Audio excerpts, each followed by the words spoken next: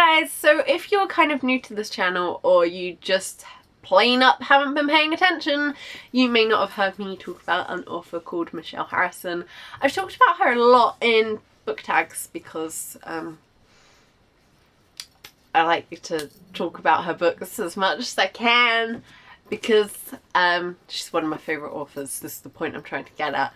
I love her books. I found her first book in a book fair when I was in, I want to say year 6. And I had finished it within a matter of days. And so yeah, I've just kind of, that really re-sparked my love of reading when I was about 11 years old, when everyone was going, I'm too cool to read. I was like, I don't care if I'm too cool to read.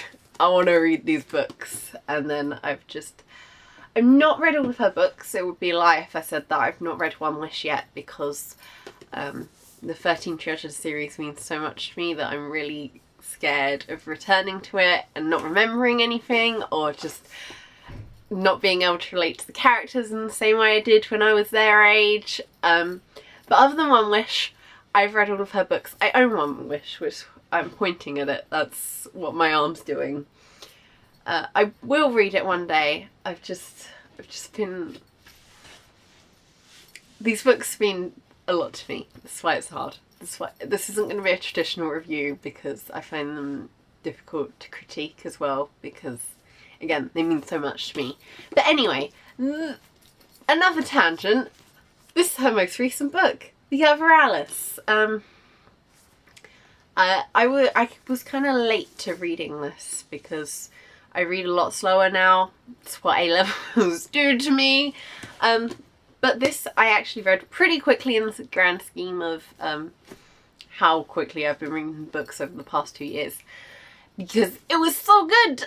That's why I read it so quickly. It was so good. It didn't take me long to fall in love with her style of reading again, which was a real relief for me because the last time I read a Michelle Harrison book was her young adult book, Unrest, and this went back to being aimed at the same age group as the 13 Treasures series.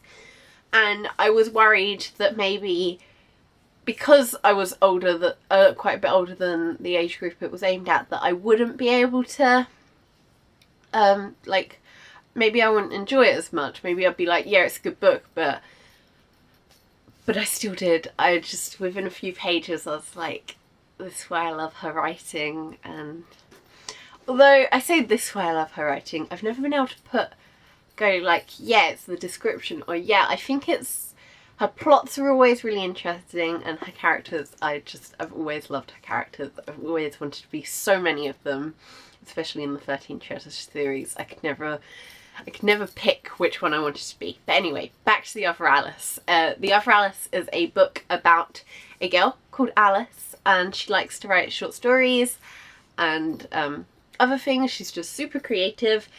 And then one day she goes missing, and it's up to her brother Midge to try and find her. And the book is in Midge's perspective, apart from the prologue, which is in Alice's perspective.